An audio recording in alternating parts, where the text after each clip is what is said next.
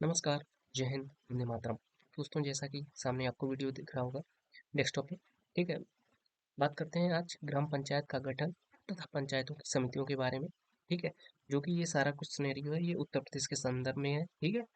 बात करते हैं, ये आज का हमारा इस सीरीज का काफ़ी कह सकते हैं इम्पोर्टेंट चैप्टर है, तो इस पर चर्चा करेंगे। बात करते हैं पंचायत की संरचना के बारे में।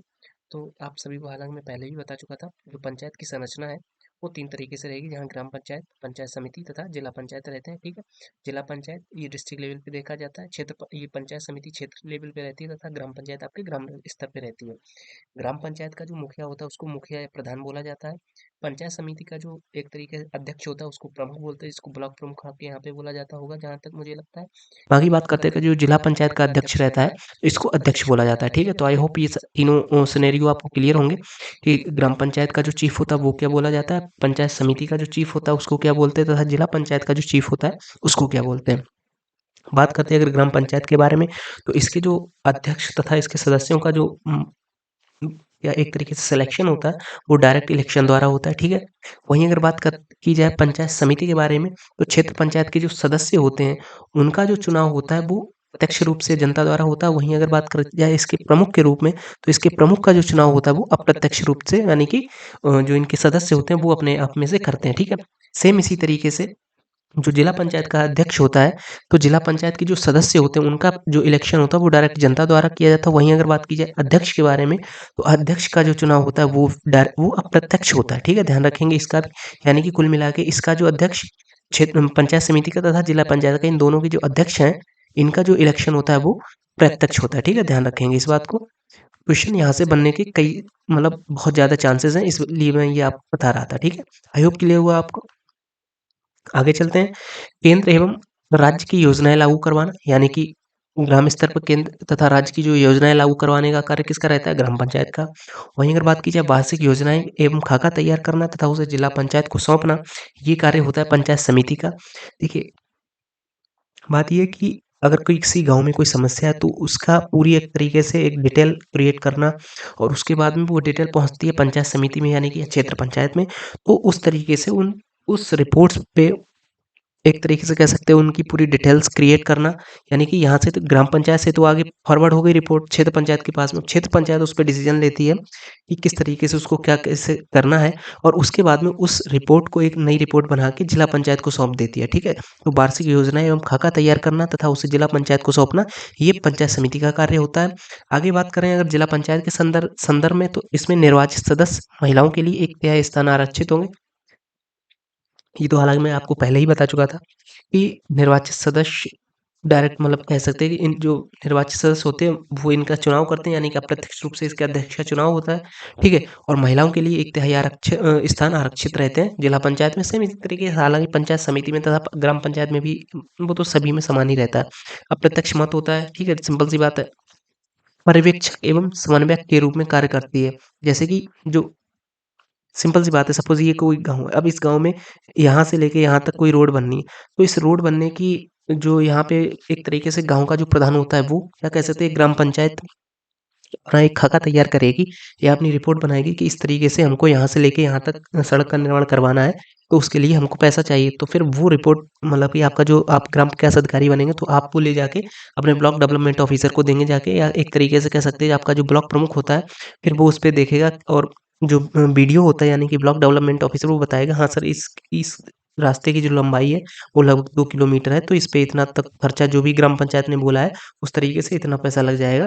तो इस तरीके से फिर आपका जो ब्लॉक प्रमुख होता है वो फिर उस रिपोर्ट को आगे पहुँचाता है जिला पंचायत के पास में। जिला पंचायत को अगर लगता है कि हाँ, ये काम होना चाहिए, तो फिर जिला पंचायत उसको एक तरीके से कह सकते हैं कि मतलब कि जो रिपोर्ट बन के आती है या जो फिर रिक्वेस्ट आती है उसको एक्सेप्ट कर लेती है, और फिर उसके अनुसार पैसे वगैरह इश्यू कर देती है। लेकिन जो जिला पंचायत का और कार्य रहता है वो फिर समय-समय पे पर्यवेक्षक तथा समन्वयक के रूप में भी कार्य करती है, यानी कि जिला पंचायत की तरफ से ये देखा जाएगा, तैयार किया जाएगा कि आपके यहाँ पे जो पैसा पहुँचा था उससे आपने इस किसी रास्ते का निर्माण करवाया है या नहीं, या पूरा पैसा खा गए, और किस तरीके का कितने एक तरीके से कहा जा सकता है मतलब कि किस लेवल का आपने निर्माण कार्य करवाया है। तो वो पूरा पर्यवेक्षण जिला पंचायत देखती है, ठीक है, ध्यान रखेंगे। आगे चलते हैं तो उत्तर प्रदेश पंचायत विधि संशोधन अधिनियम 1994 के अनुसार पंचायती राज व्यवस्था की मूलभूत इकाई ग्राम होती है। हालाँकि ये तो मैं पहले भी आपको बता चुका था, जो पंचायती राज व्यवस्था की मूलभूत इकाई होती है, वो आपकी गाँव होती है, ठीक है? और अगर संशोधन अधिनियम की बात की, तो ये विधि संशोधन अधिनियम 1994 के तहत है, ठीक है। प्रत्येक ग्राम सभा अपने सदस्यों में से एक व्यक्ति को 5 वर्ष के लिए प्रधान निर्वाचित करती है। वो तो आपको पता ही है कि हर गांव में एक प्रधान निर्वाचित होता है, ठीक है। और आगे बात करते हैं तो ग्राम प्रधान वही व्यक्ति चुना जाता है जिसकी आयु 21 वर्ष हो गई हो। ग्राम पंचायत के में ग्राम सभा को कार्यकारी समिति, ग्राम सभा ध्यान रखें, ग्राम पंचायत में ग्राम सभा को कार्यकारिणी समिति कहा जाता है।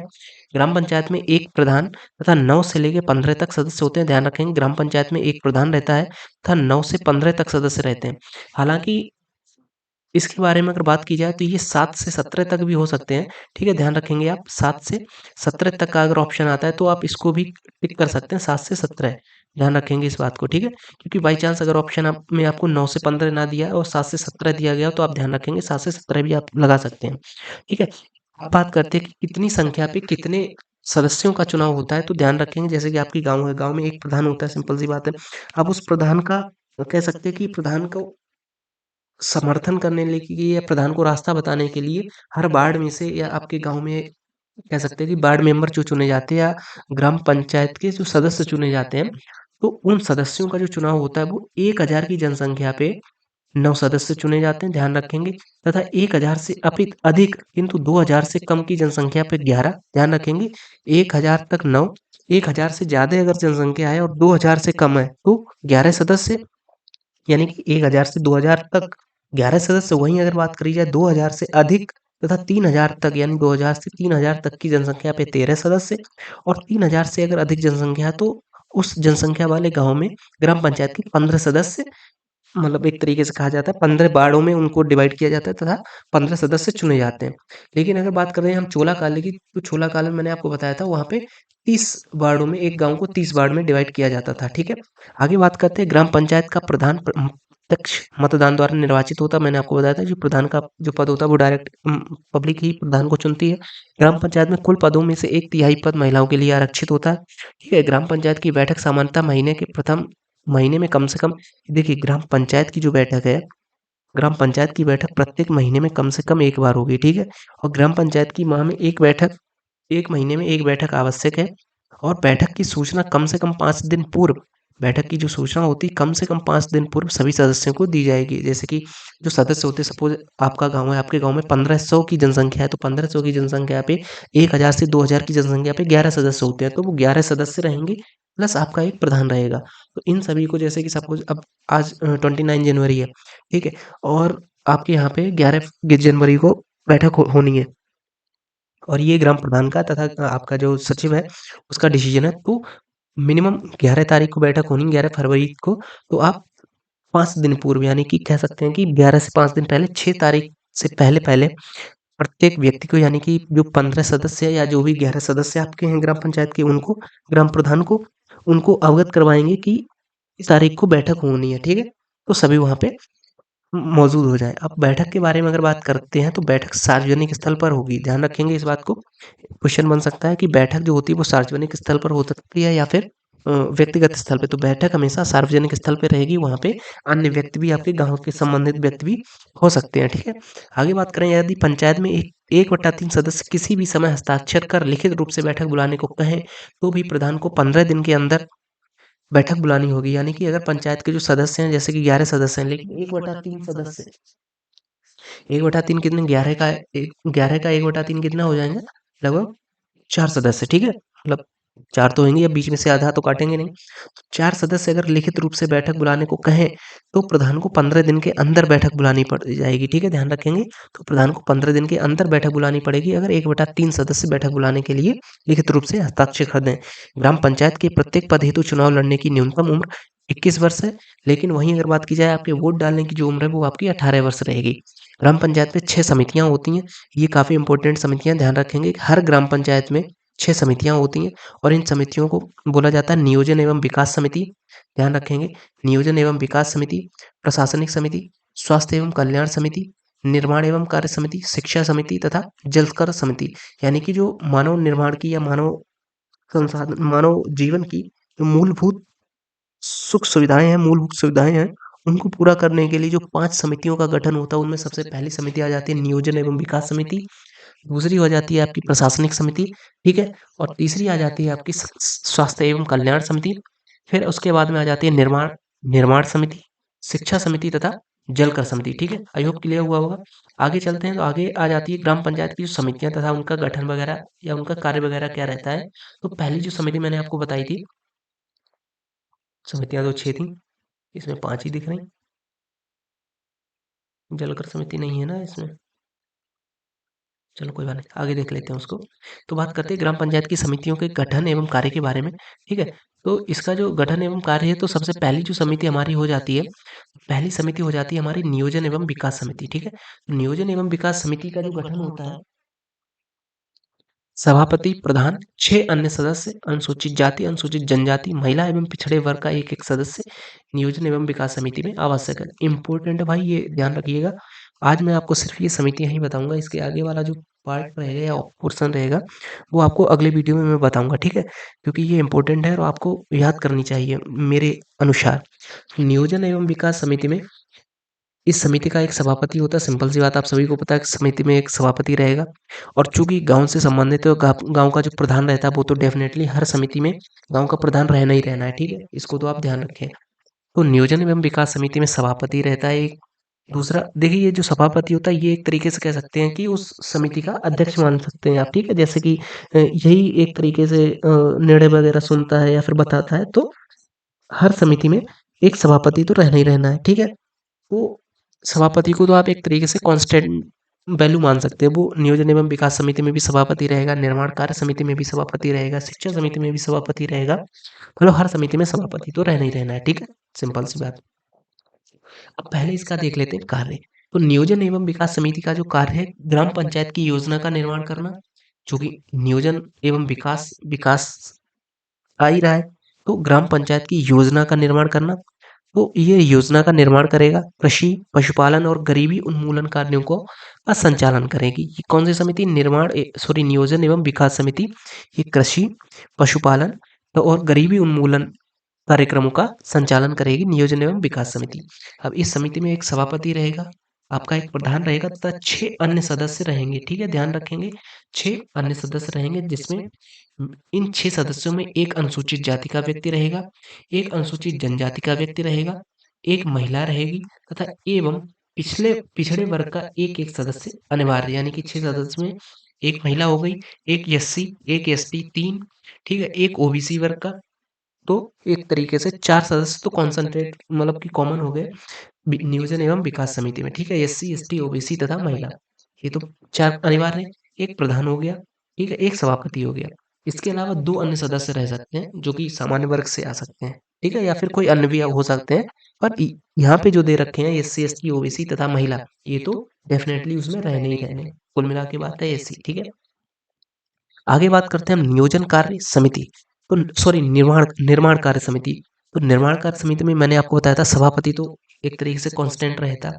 इसका अगर मैं कार्य देखूं तो समस्त निर्माण कार्य करवाना तथा इसकी गुणवत्ता निश्चित करना, ये निर्माण कार्य समिति का कार्य होता है। कि अगर जैसे कि आपके ग्राम पंचायत में कोई भी भवन बन रहा है, जैसे कि आपने देखा होगा कि स्कूलों वगैरह में जो बाथरूम वगैरह बनते हैं, उनकी उनकी जो कंडीशंस होती है बहुत और लोअर क्वालिटी की होती है। आपने आपके अगर गाँव में वगैरह में आप गए होंगे तो आपने देखा होगा कि मतलब जो दीवारें होती हैं उनमें अगर अच्छे से आप मतलब धक्का मार दें तो दीवारें गिर जाती हैं। उनमें अगर हाथ से आप मतलब कि रब कर दें तो उनका प्लास्टर छूट के मतलब कि नीचे टपकना शुरू हो जाता है। तो इन सभी निर्माण कार्यों को करवाना तथा इनकी गुणवत्ता निश्चित करना, ये जो कार्य होता है वो निर्माण कार्य समिति का होता है। अब इस समिति में ग्राम का जो प्रधान होता है वो नहीं रहेगा, ठीक है? ध्यान रखेंगे आप। चूँकि क्यों नहीं रहता निर्माण कार्य समिति में? चूँकि निर्माण कार्य में एक तरीके से मान सकते हैं जैसे कि निर्माण कार्य में पैसा आया है, किसी मकान को बनवाने के लिए, तो अगर ग्राम प्रधान इसमें रहेगा तो वो पूरा अपने कंट्रोल में ले लेता है, ठीक है? इस वजह से इसमें एक सभापति रहता है, ग्राम पंचायत द्वारा नामित सदस्य रहते हैं, यानी कि जो भी आपकी अगर ग्राम पंचायत में 11 सदस्य निर्वाचित किए गए हैं या जितने भी किए गए हैं, तो वो सारे सदस्य निर्माण कार्य समिति के सदस्य सदस्य रहेंगे और उसमें से मतलब जो नामित सदस्य होते हैं वो रहते हैं इसमें। बाकी 6 अन्य सदस्य रहते हैं और उनमें जो आरक्षण होता है वो सेम इसी तरीके से चलता है कि एक एससी रहेगा, एक एसटी रहेगा, एक महिला रहेगी तथा एक पिछड़े वर्ग का सदस्य भी हो सकता है, ठीक है? तो ध्यान रखेंगे पंचायत द्वारा नामित सदस्य तथा 6 अन्य सदस्य होते हैं इसमें, मतलब निर्माण कार्य समिति में। यानी कि एक सभापति, एक पंचायत द्वारा नामित सदस्य, यानी वो आपके 11 सदस्यों में से कोई भी एक सदस्य जिसको पंचायत समझे कि हाँ, इसको निर्माण कार्य की अच्छी जानकारी है, तो इसको निर्माण समिति का अध्यक्ष मतलब कि सदस्य होना चाहिए। तो वो सदस्य, इसके अलावा 6 अन्य सदस्य जो कि उपर्युक्त जो ऊपर है, मतलब एक एसटी रहेगा, एक एससी रहेगा, एक ओबीसी रहेगा, एक जन महिला रहेगी तथा 2 अन्य, ठीक है? तो इनका जो कार्य वगैरह समझ ही आ गया होगा आपको। अगली समिति हो जाती है शिक्षा समिति। तो शिक्षा समिति का सर्वप्रथम हम कार्य देख लेते हैं। तो कार्य हो जाता है प्राथमिक शिक्षा, उच्च शिक्षा, उच्च प्राथमिक शिक्षा, अनौपचारिक शिक्षा तथा साक्षरता आदि संबंधी कार्य, यानी कि जो शिक्षा समिति है, वो आपके कह सकते हैं कि आपकी ग्राम सभा में प्राथमिक शिक्षा, उच्च प्राथमिक शिक्षा, अनौपचारिक शिक्षा तथा साक्षरता आदि से संबंधित जो भी कार्य, यानी शिक्षा से संबंधित जो भी कार्य रहते हैं, वो शिक्षा समिति देखती है। अब अगर शिक्षा समिति के जो सदस्य, या फिर कह सकते हैं कि इनके जो गठन के बारे में अगर चर्चा कर ली जाए, तो एक सभापति रहेगा, जो कि वही चीफ रहता है हर समिति का। तो शिक्षा समिति का भी एक चीफ रहेगा जिसको सभापति बोला जाता है। इसके अलावा इसमें भी प्रधान नहीं रहेगा, इसमें एक उप प्रधान होता है। हालांकि उत्तर प्रदेश के संदर्भ में अगर बात की जाए, तो उप प्रधान का पद उत्तर प्रदेश में है ही नहीं, ठीक है? लेकिन बात करते उप प्रधान की जगह पे, मतलब पंचायत द्वारा नामित सदस्य यहाँ पे हो सकता है शिक्षा समिति में, ठीक है? इसके अलावा 6 अन्य सदस्य जिनका जो आरक्षण रहता है, वो सेम ऊपर की भांति रहेगा, यानी कि एक एससी, एक एसटी, एक ओबीसी, एक महिला, ठीक है? माध्यमिक प्रधानाध्यापक, संयोजित अभिभावक, यानी कि आपके जो प्राथमिक विद्यालय रहता है जो आपके गाँव में, या फिर उच्च प्राथमिक विद्यालय है, उस विद्यालय में जो प्रधानाध्यापक है, वो अगर किसी अभिभावक को एक तरीके से कह सकते हैं कि वो सिफ़ारिश करें कि जैसे कि सपोज़ ये कोई बच्चा है, ठीक है? ये कोई बच्चा है, अब इसके मतलब ये पढ़ने में काफ़ी अच्छा है तथा इसके माता-पिता थोड़े मतलब एजुकेटेड हैं, ठीक है? तो और ये जिस स्कूल में पढ़ता है, उस स्कूल के प्रिंसिपल को लगा कि हाँ, इस बच्चे में कुछ ख़ासियत है, जो कि इसके माता-पिता द्वारा इसको मतलब कि कह सकते हैं कि इसके माता-पिता अच्छा पढ़ने में सही सलामत हैं, जो कि बच्चों के डेवलपमेंट के लिए एक तरीके से कह सकते हैं कि अग्रसर हैं। तो आपके ग्राम सभा में मौजूद, या आपकी ग्राम पंचायत में मौजूद जो प्राथमिक शिक्षा या का जो स्कूल रहेगा, या प्राथमिक शिक्षा का विद्यालय रहेगा, या उच्च प्राथमिक शिक्षा का जो विद्यालय रहता है, ठीक है?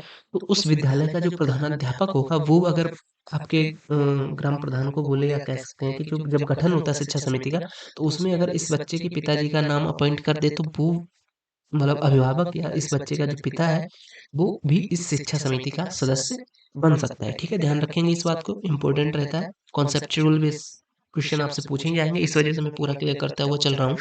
आगे बात करते हैं प्रशासनिक समिति के बारे में।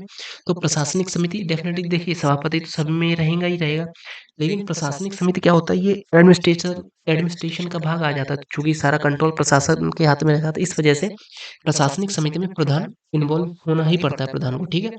और 6 अन्य सदस्य जो कि सेम मतलब जो एसटी, एसपी, ओबीसी तथा महिला रहेंगी, ठीक है? इसमें से 4 तो ये हो जाते हैं, 2 अन्य रह सकते हैं, ठीक है? आगे बात करते हैं कि प्रशासनिक समिति का जो कार्य रहता है, वो क्या रहता है? वो खामियों, कमियों के निरीक्षण संबंधी प्रत्येक कार्य, यानी कि ग्राम पंचायत में अगर कोई योजना का निर्माण हो रहा है, कृषि पशुपालन, गरीबी उन्मूलन की जो कार्य वगैरह का संचालन हो रहा है, उनसे संबंधित कोई योजना अप्लाई हो रही है, या फिर कोई निर्माण कार्य हो रहा है, उनकी गुणवत्ता वगैरह को भी ये खामियाँ वगैरह, इनका सबका निरीक्षण, हर तरीके, चाहे आपकी शिक्षा से संबंधित कोई कार्य हो रहा है, उसका भी निरीक्षण ये प्रशासनिक समिति करती है, ठीक है? ध्यान रखेंगे इस बात को। आगे चलते हैं, स्वास्थ्य एवं कल्याण समिति, ठीक है? ये 5वीं समिति है, स्वास्थ्य एवं कल्याण समिति। इसका भी एक सभापति रहेगा, ग्राम पंचायत द्वारा नामित सदस्य एक रहेगा इसका सदस्य, तथा 6 अन्य सदस्य जो कि आरक्षण इनका सेम उसी तरीके से चलता है। ठीक है, सिंपल सी बात है। तो समाज एवं स्वास्थ्य एवं कल्याण समिति में चिकित्सा, स्वास्थ्य, परिवार कल्याण संबंधी कार्य, समाज कल्याण, योजनाओं का संचालन, अनुसूचित जाति, जनजाति तथा पिछड़े वर्गों की उन्नति से संरक्षण, एक तरीके से समाज कल्याण या स्वास्थ्य एवं समाज कल्याण में वही सारा मतलब उनके स्वास्थ्य से संबंधित तथा उनके जो समाज कल्याण से संबंधित जो भी कार्य वगैरह रहते हैं, तो ये सारा उनका कार्य रहता है। तो आई होप आपको जो ग्राम पंचायतों की जो समितियाँ रहती हैं, उनके बारे में मैंने विस्तृत चर्चा की और आपको पूरा कॉन्सेप्ट क्लियर रहा होगा। आप इसका स्क्रीनशॉट ले सकते हैं, इसलिए मैंने यहाँ पे होल्ड कर दिया है।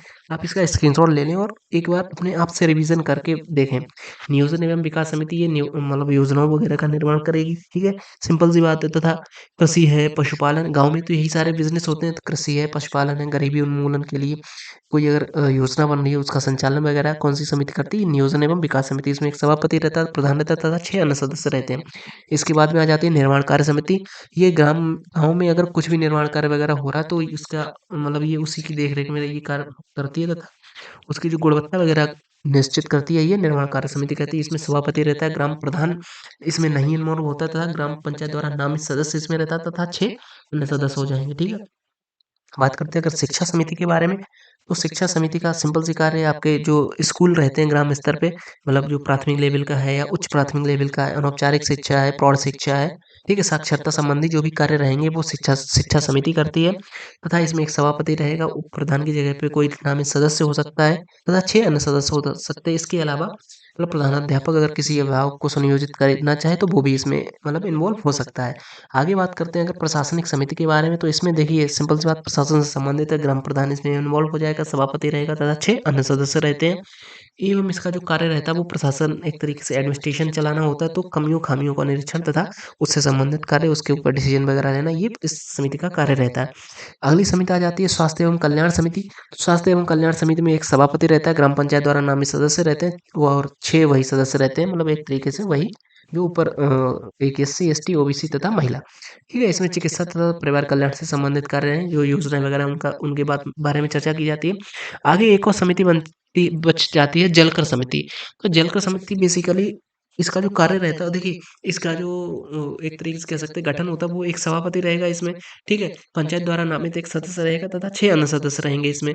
और इसका जो कार्य रहता है वो प्रत्येक घर को या ग्राम पंचायत में स्वस्थ स्वस्थ पेयजल मुहैया कराया जाना, ये इस समिति का कार्य होता है। हालांकि अगर ग्राम वर्तमान में उत्तर प्रदेश की ग्राम सभाओं की बात की जाए तो हर घर में एक तरीके से भी कह सकते हैं कि पानी की जो स्वच्छ पानी है उसकी सुविधा अभी तक मतलब जमीनी स्तर पे नहीं हो पाई। हालांकि भले आपके कागजों में हो गई हो, पर जमीनी स्तर पे तो बात कुछ अलग ही है, ठीक है। ग्राम पंचायत के बारे में चर्चा करते हैं। उत्तर प्रदेश के पंचायती राज अधिनियम 1947 पारित किया गया था, जो कि पंचायती राज अधिनियम के बारे में ये बताता है कि देश के हर ग्राम में, हर गांव में ग्राम पंचायत तथा ग्राम सभा का गठन किया जाना आवश्यक है। इस अधिनियम की धारा 12 के अनुसार हर गांव में एक ग्राम पंचायत का गठन किया जाएगा। मैंने आपको पहले भी हालांकि ये बता रखा कि धारा 12 में ग्राम पंचायत का गठन है, ठीक है, धारा 12 के जी में। और जो ग्राम सभा के सदस्यों द्वारा ही ग्राम पंचायत के सदस्यों का चुनाव होगा, तथा जिसका मतलब यह है कि वह जो व्यक्ति ग्राम पंचायत का सदस्य है वही ग्राम सभा का सदस्य होगा, सिंपल सी बात है। एक बात ध्यान रखने योग्य ये है कि ग्राम सभा का हर एक सदस्य ग्राम पंचायत का सदस्य नहीं होता, यानी ग्राम सभा का हर एक सदस्य ग्राम पंचायत का सदस्य नहीं होता है। देखिए ग्राम सभा क्या है, ग्राम सभा में तो ग्राम सभा में रहने वाले 18 वर्ष से ऊपर के सभी व्यक्ति रहते हैं ग्राम सभा में। लेकिन वहीं अगर बात की जाए कि ग्राम पंचायत का सदस्य वही रहेगा जो 21 वर्ष की उम्र प्राप्त कर चुका है, वही तभी तो वो पंचायत का सदस्य बन पाएगा, तभी तो वो इलेक्शन लड़ पाएगा। तो सिंपल सी बात, जो 18 से 21 तक साल के जो तीन साल के जो गैप के जो बच्चे रहेंगे या जो भी युवा रहेंगे, वो पंचायत का हिस्सा नहीं बन सकते। और वैसे भी पंचायत का सदस्य वो पॉपुलेशन के ऊपर डिपेंड रहता है। सपोज 1000 तक तो जो सदस्य रहते हैं पंचायत के वो 9 ही रहते हैं ना, सिंपल सी बात है। तो पंचायत अलग रहती है, ग्राम पंचायत का सदस्य तो 9 ही रहेंगे, लेकिन ग्राम सभा तो 1000 के लोगों का है, ठीक है, इस वजह से। तो ग्राम सभा का हर सदस्य ग्राम पंचायत का सदस्य नहीं होता, लेकिन ग्राम पंचायत का हर सदस्य ग्राम सभा का सदस्य होता है। गांव में ग्राम सभा को की कार्यकारिणी को ही, यानी कि गांव में ग्राम सभा की कार्यकारिणी समिति को ग्राम पंचायत बोला जाता है, ठीक है। यानी कि ग्राम सभा में जो एडमिनिस्ट्रेशन एक तरीके से कंट्रोल करती है वो क्या करती है, ग्राम पंचायत चलाती है, ठीक है। ग्राम पंचायत का जो गठन ये भी धारा 12 में ही दिया गया था, मैंने आपको इशारा बताया था। 11 सॉरी 12 जी 12 एच वगैरह हालांकि मैं पहले करवा चुका था। तो त्रिस्तरीय पंचायती राज व्यवस्था की पहली इकाई ग्राम पंचायत में एक प्रधान व कुछ सदस्य होते हैं। ग्राम पंचायत के सदस्यों की संख्या पंचायत क्षेत्र की आबादी के अनुसार निम्न प्रकार से होगी। क्या है, 500 की जनसंख्या पे 5 सदस्य। हालांकि मैंने आपको बताया था कि 7 से 17 तक रहते हैं। हालांकि 500 की संख्या पे तो मतलब एक तरीके से कह सकते हैं 500 की संख्या पे तो ग्राम पंचायत का गठन नहीं किया जाता उत्तर प्रदेश में, क्योंकि अगर किसी गांव की संख्या 500 ही है तो फिर वो 2 गांव को मिला के 1000 तक की संख्या बनाई जा सकती है और उसके बाद में उस जो गाँव बड़ा होता है या कह सकते हैं जिस गाँव की पॉपुलेशन ज़्यादा होती है उसके नाम पे ग्राम पंचायत बन जाती है। लेकिन फिर भी चलिए कोई बात नहीं है अगर जैसे कि सपोज़ कोई गाँव है उसमें 500 लोग ही हैं या उसके आस-पास 20 किलोमीटर तक या 10 किलोमीटर तक कोई गाँव ही नहीं, तो ऐसी स्थिति में उसी गाँव को ग्राम पंचायत बनाया जाएगा तो उसकी उतनी ही जनसंख्या पे ग्राम पंचायत बनेगी। इस वजह से ये मतलब रूल्स बनाए गए थे। तो 500 तक की जनसंख्या पे 5 सदस्य रहते हैं, ठीक है? ध्यान रखेंगे और 500 1 से लेके 1000 तक की जो जनसंख्या रहती है, इस पे 9 सदस्य होते हैं। उसके बाद में हर 1000 पे 2 सदस्य बढ़ जाते हैं। 1001 से 2000 तक की जनसंख्या पे 11, ये हालाँकि मैं पहले बता चुका आपको ऊपर। फिर 2001 से लेके 3000 तक की जनसंख्या पे 13 सदस्य और 3000 से 5000 तक की जनसंख्या पे 15 सदस्य रहते हैं, ठीक है? ध्यान रखेंगे इस बात को और कोई भी ग्राम पंचायत 5000 की जनसंख्या से ज़्यादा बड़ी नहीं होती। तो प्रत्येक ग्राम पंचायत का एक कार्यकाल होता है जो कि बेसिकली 5 साल तक का रहता है, जो एक पंचायत सेवक के अधीन रहता है, ठीक है? यानी कि पंचायत का एक कार्यकाल होता होता है जो एक पंचायत सेवक के अधीन होता है। पंचायत सेवक की नियुक्ति राज्य सरकार करती है यानी कि जो पंचायत सेवक होंगे, आप ही पंचायत सेवक होंगे, जो सेक्रेटरी बोले जाते हैं, ग्राम पंचायत अधिकारी आप बन के जाएँगे, तो आप पंचायत सेवक होंगे और आपके अंडर में ग्राम पंचायत का कार्यकाल होगा जो कि 5 वर्ष तक का रहता है। मतलब पंचायत का कार्यकाल 5 वर्ष रहेगा लेकिन आपका 5 वर्ष नहीं रहेगा, आपका तो 60 साल तक रहेगा, ठीक है? ध्यान रखेंगे इस बात को। तो पंचायत सेवक की जो नियुक्ति होती है ये राज्य सरकार करती है, ध्यान रखेंगे आप। इसलिए उसे राज्य सरकार द्वारा निर्धारित वेतन भी मिलता है, ठीक है? ध्यान रखेंगे। आगे बात करते हैं ग्राम सभा की बैठक बुलाने का अधिकार ग्राम प्रधान को होता है। ग्राम सभा की जो बैठक होती है उसे बुलाने का जो अधिकार होता है वो ग्राम प्रधान को होता है।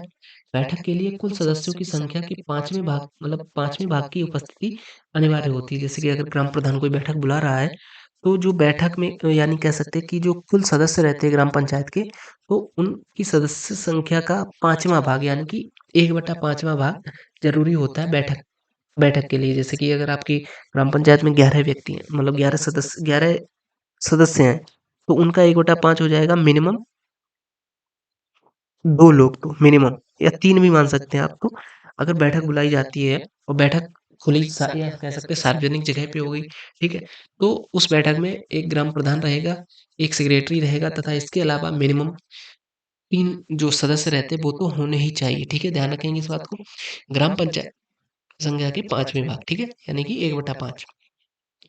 ग्राम पंचायत के 1/3 सदस्य किसी भी समय हस्ताक्षर करके लिखित रूप से यदि बैठक बुलाने की मांग करते हैं, तो 15 दिन के भीतर ग्राम प्रधान को बैठक आयोजित करनी होगी। हालाँकि ऊपर मैं बता चुका आपको ग्राम प्रधान के सदस्यों द्वारा अपने में से एक उप प्रधान का निर्वाचन किया जाता है। हालाँकि उत्तर प्रदेश के संदर्भ में अगर बात की जाए, मैंने कई बार बताया तो उप प्रधान का पद समाप्त कर दिया गया है। यदि उप प्रधान का निर्वाचन नहीं किया जा सकता है, तो नियत अधिकारी किसी सदस्य को उप प्रधान नामित कर सकता है, ठीक है?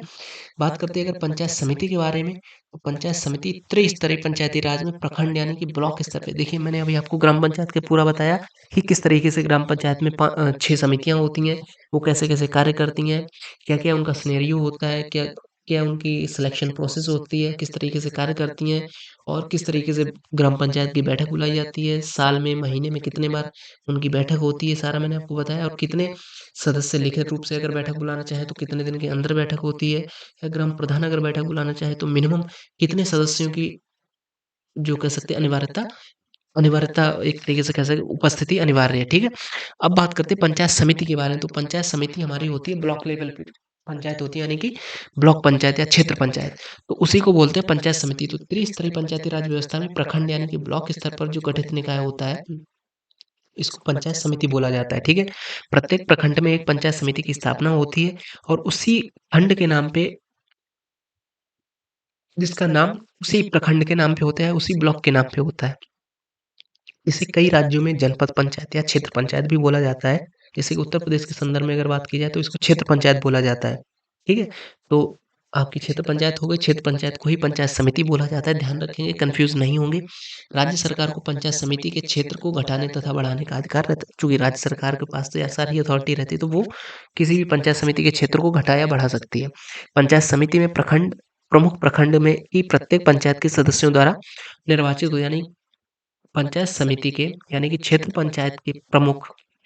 पंचायत का जो अध्यक्ष होता है, तो वो प्रत्येक पंचायत का के जो सदस्य होते हैं, उनके द्वारा निर्वाचित किया जाता है, ठीक है? ध्यान रखेंगे।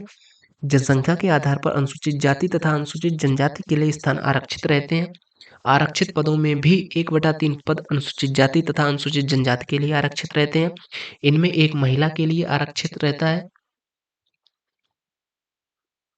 आरक्षित पदों पे भी 50% स्थान महिलाओं के लिए आरक्षित रहने का प्रावधान, यानी कि एक तो रिजर्वेशन 1/3 है ही, महिल मतलब कि सबका सबका नहीं, मतलब अनुसूचित जाति तथा जनजाति का, तो उनकी जनसंख्या के हिसाब से महिलाओं का 1/3 है, लेकिन कुछ स्थानों पे या कुछ जगहों पे जो महिला आरक्षण है वो उसको 50% से भी अधिक वर्तमान में हो चुका है, ठीक है। हालांकि इसको ज्यादा लोड नहीं लेना है आपको।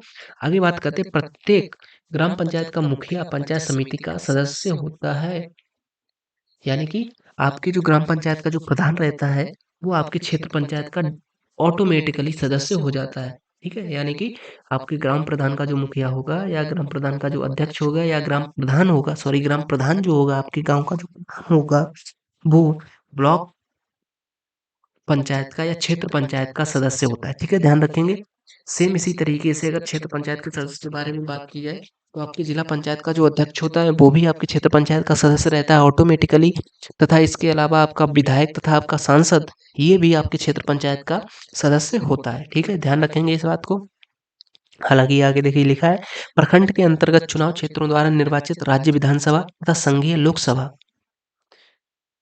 लोकसभा तथा राज्य विधानसभा के सभी सदस्य इसके सदस्य होते हैं। यानी कि आपके, जैसे कि सपोज आपका कोई जिला है, आपके जिले में आपकी एक क्षेत्र पंचायत होगी, ठीक है, तो उस क्षेत्र पंचायत का जो सदस्य रहता है, देखिए जो क्षेत्र पंचायत के जो मेंबर चुने जाते हैं, सदस्य होते हैं, वो तो उसके सदस्य रहते ही जो चुने जाते हैं डायरेक्ट पब्लिक द्वारा। उसका जो अध्यक्ष होता है वो उन सदस्यों द्वारा चुना जाता है। और आपका जो ग्राम प्रधान रहेगा, यानी कि आपके क्षेत्र पंचायत में सपोज मान लो 20 ग्राम पंचायतें या मान लो 50 ग्राम पंचायतें, तो उन 50 ग्राम पंचायतों के जो प्रधान होंगे वो ऑटोमेटिकली उस क्षेत्र पंचायत या आपकी जो क्षेत्र पंचायत है उसके सदस्य होंगे, ठीक है। तो क्षेत्र पंचायत आपकी, सपोज क्षेत्र पंचायत में 100 लोग चुने गए, इन 100 लोग के अलावा जो 50 ग्राम पंचायत के प्रधान है वो भी उसके सदस्य हो गए, तो कितने सदस्य, कितने वर्तमान में सदस्य हो गए क्षेत्र पंचायत में? 100 वो और प्लस 50 ये प्रधान, इसके अलावा एक ब्लॉक प्रमुख आपका 151 ये हो गए। इसके अलावा आपके जो क्षेत्र का एक विधानसभा रहेगी, आप आपका जो क्षेत्र पंचायत है, आपका जो गांव है वो किसी ना किसी विधानसभा के अंतर्गत रहेगा, तो उस विधानसभा का एक विधायक चुना जाएगा, तो वो विधायक भी इस क्षेत्र पंचायत का सदस्य रहता है। तो कितना, अभी कितने हो गए? 152। इन विधायक के अलावा आपके जो, आपका जो वो होता है जिसके वो बोला जाता है सांसद, ठीक है, तो आपका जो सांसद रहेगा वो भी आपके क्षेत्र पंचायत का सदस्य रहेगा। तो वर्तमान में अगर काउंटिंग के पर्पज से देखा जाए तो आपके जो क्षेत्र पंचायत का जो सदस्य हो गए, कितने हो गए? 153। इसके अलावा अगर उत्तर प्रदेश के संदर्भ में बात की जाए तो उत्तर प्रदेश की राज्यसभा में भी लगभग 31 सीटें हैं, ठीक है। और इसके अलावा अगर बात करी जाए कि जो राज्य विधान परिषद है, विधान परिषद में भी उत्तर प्रदेश की लगभग 100 सीटें हैं।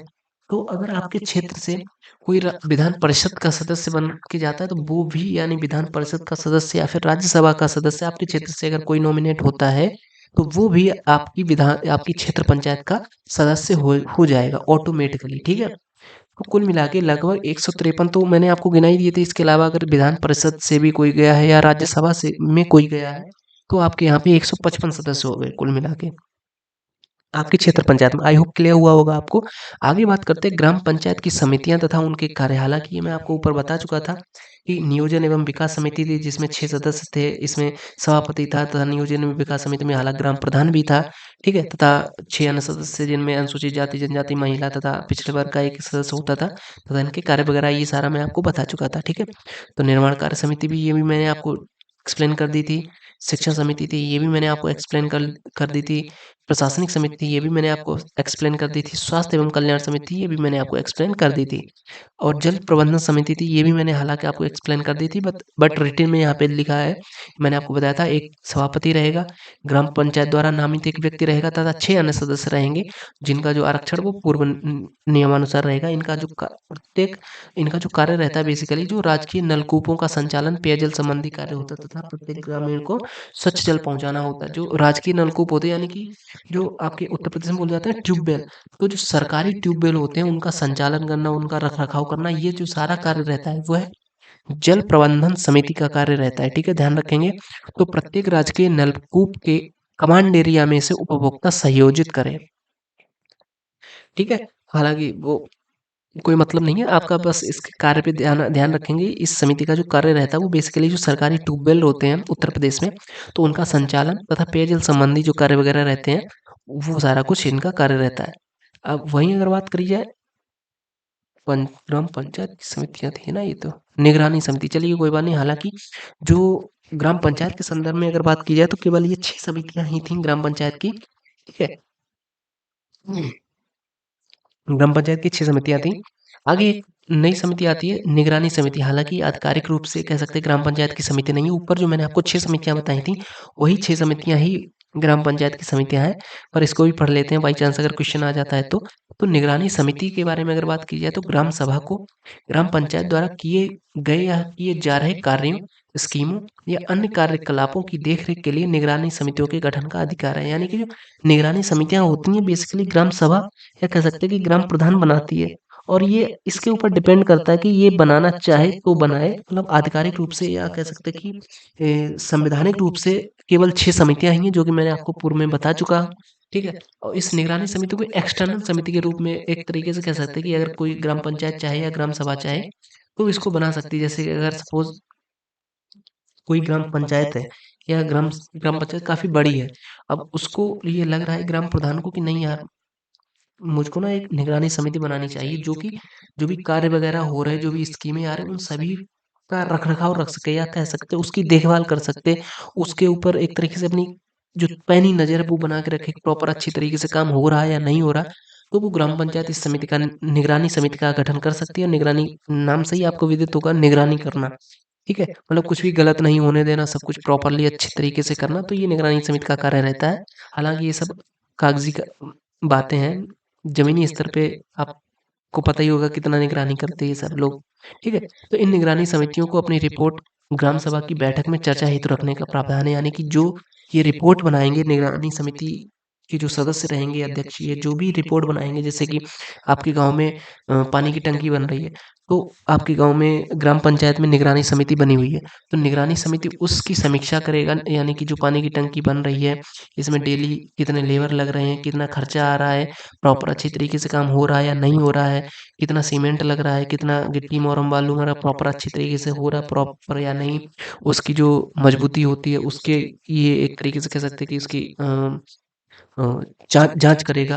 तो ये रिपोर्ट तैयार करेगा आपके जो पानी की टंकी बन रही है। उसके बाद में ग्राम सभा की जो बैठक होती है, ग्राम सभा की बैठक में यह अपनी रिपोर्ट को प्रस्तुत करेगा तथा उस पर चर्चा करेगा कि हाँ हमारे द्वारा ये जांच की गई, इसमें पाया गया कि आपकी पानी की टंकी में ये कमी है तथा ये अच्छाई है जो आपकी निर्माण कार्य समिति द्वारा बनाई जा रही है, ठीक है। और उसके बाद में फिर उस पे जो प्रशासनिक समिति होती है फिर वो उस पे डिसीजन लेती है कि किस तरीके से उस कार्य को इम्प्रूव किया जा सके। इन निगरानी समितियों के सदस्य जो रहता है वो आपका ग्राम प्रधान का जो मुखिया रहता है यानी ग्राम प्रधान रहता है वो, आपका उप प्रधान रहता है वो, तथा ग्राम पंचायत के निर्वाचित निर्वाचित सदस्यों को छोड़कर ग्राम सभा का कोई भी सदस्य हो सकता है। यानी कुल मिला के जो निगरानी समिति होती है ये एक तरीके से कह सकते हैं अपोजिशन होता है। इसमें ना तो जो सरकार द्वारा चुने गए या सरकार क्यों, मतलब जो पब्लिक द्वारा चुने गए जो ग्राम प्रधान है, ना इसमें ग्राम प्रधान रहेगा। जैसे कि आपकी ग्राम पंचायत में एक ग्राम प्रधान होता है, कहीं कहीं उप प्रधान भी होता है, लेकिन उत्तर प्रदेश में उप प्रधान तो है नहीं।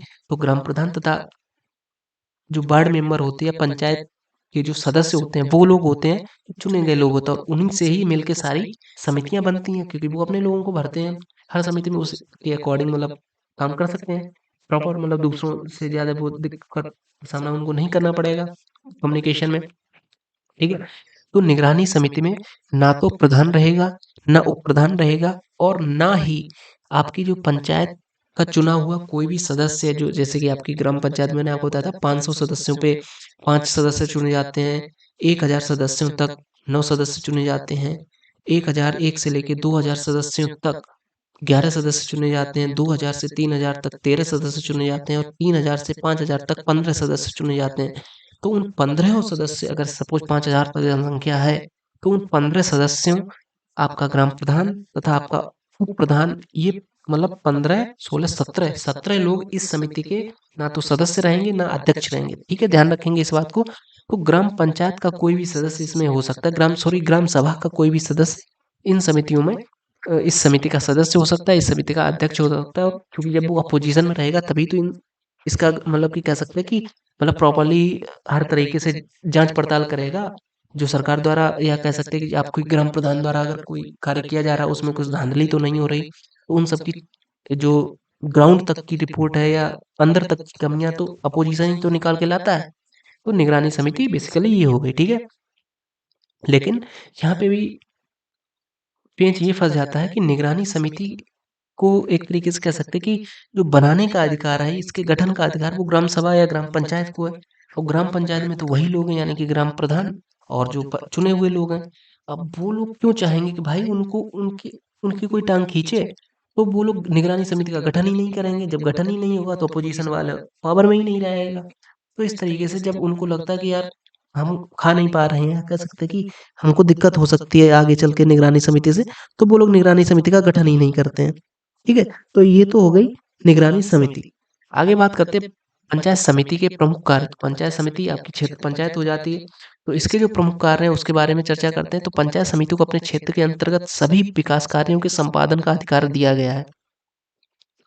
यानी कि आपके जो पंचायत क्षेत्र रहती है, यानी कि आपका जो ब्लॉक रहता है, तो उस ब्लॉक के जहाँ जहाँ उस ब्लॉक की सीमा रहेगी, तो उस ब्लॉक के अंदर मतलब बॉर्डर के अंदर जितने भी विकास कार्य रहेंगे, उन सभी विकास कार्यों का जो संपादन होता है वो आपका क्षेत्र पंचायत के अधीन ही रहता है। ठीक है, ग्राम पंचायतों, सहकारी समितियों,